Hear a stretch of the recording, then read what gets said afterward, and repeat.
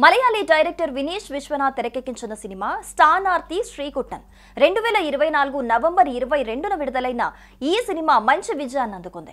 ఇందులో నటించిన నటీనటులు కూడా మంచి పేరును తెచ్చుకున్నారు. ఇదే సినిమా ఇప్పుడు రాష్ట్రంలో ప్రభుత్వ పాఠశాలల క్లాస్ రూమ్ షేప్లనే పూర్తిగా మార్చేసింది.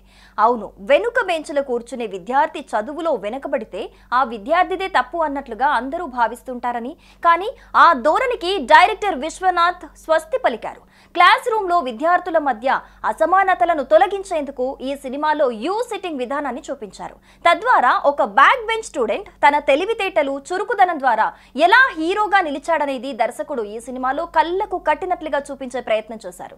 ఈ సినిమా ప్రభావంతో కేరళలోని కొన్ని ప్రభుత్వ పాఠశాలల్లో ఉపాధ్యాయులు యూ సిట్టింగ్ విధానాన్ని అమలు చేస్తున్నారు. ఈ చిత్రంలో చూపించినట్లుగా విద్యార్థులను తరగతి గదిలో యూ షేప్ లో కూర్చోబెట్టి కొత్త తరహా సిట్టింగ్ విధానంలో విద్యార్థులకు పాఠాలు చెబుతున్నారు. తద్వారా బ్యాక్ బెంచ్ లో కూర్చొని అల్లరి చేసే విద్యార్థులు సైతం బాగా చదువుతున్నారని ఉపాధ్యాయులు చెబుతున్నారు.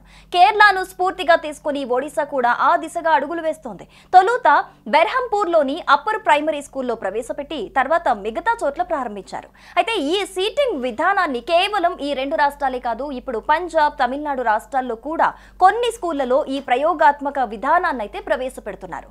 స్టానార్తి శ్రీకుట్టన్ సినిమాను స్ఫూర్తిగా తీసుకున్నారు హైదరాబాద్ జిల్లా కలెక్టర్ హరిచందన దాసరి. అవును, జిల్లాలోని ప్రభుత్వ రెసిడెన్షియల్ ఆశ్రమ పాఠశాలలోని తరగతి గదుల్లో యూ ఆకారంలో విద్యార్థులకు సీటింగ్ ఏర్పాటు చేయాలని విద్యాశాఖ అధికారులను ఆదేశించారు.